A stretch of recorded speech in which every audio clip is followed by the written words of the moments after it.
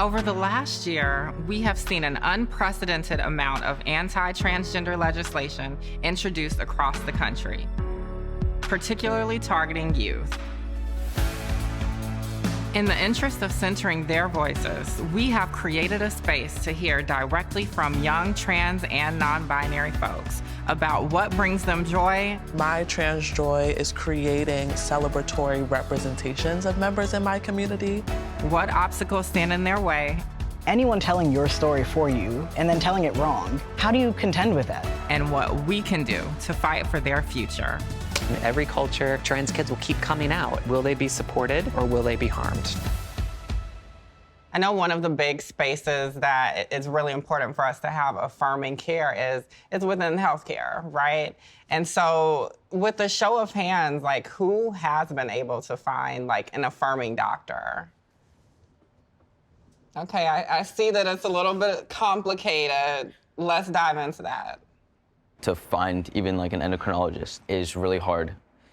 It's like somebody else is telling me who I am and why I still can't be myself. Oh, you need to wait a little bit longer because you don't know who you are yet.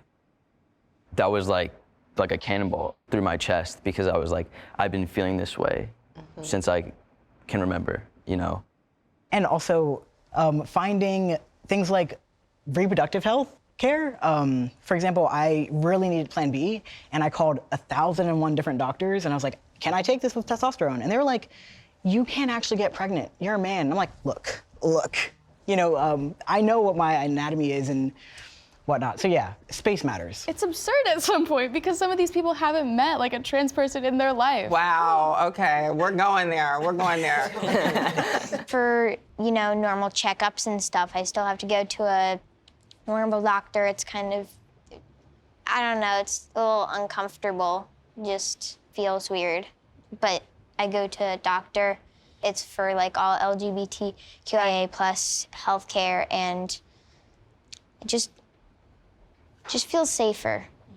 When I have affirming and supportive healthcare, I'm able to thrive. I'm able to be me and just be happier. And I think that's one of the most important parts about getting healthcare, because it's for me, not you. Why would you care about it?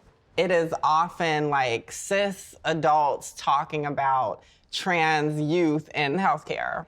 I mean, what does it feel like to kind of have people who are not you constantly talking about your experience for you? Yeah, I mean, how can you possibly think about making laws around transness without interacting with the concept in real life? I mean, it's extremely frustrating, especially when it comes to healthcare.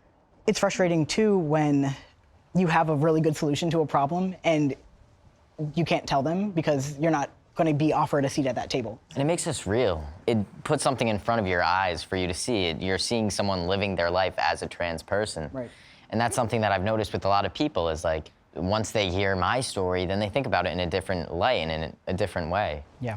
It's infuriating because it leads directly towards violence. Yeah. It's aggravating how many people talk about us who haven't experienced what it's like. A lot of times when adults are having these conversations without us in the room, they miss all the nuance that makes our experiences so beautiful. I love, live, breathe, honoring the power of being trans. I love that we have gathered here young folks who also are living that every day. Okay, here we go.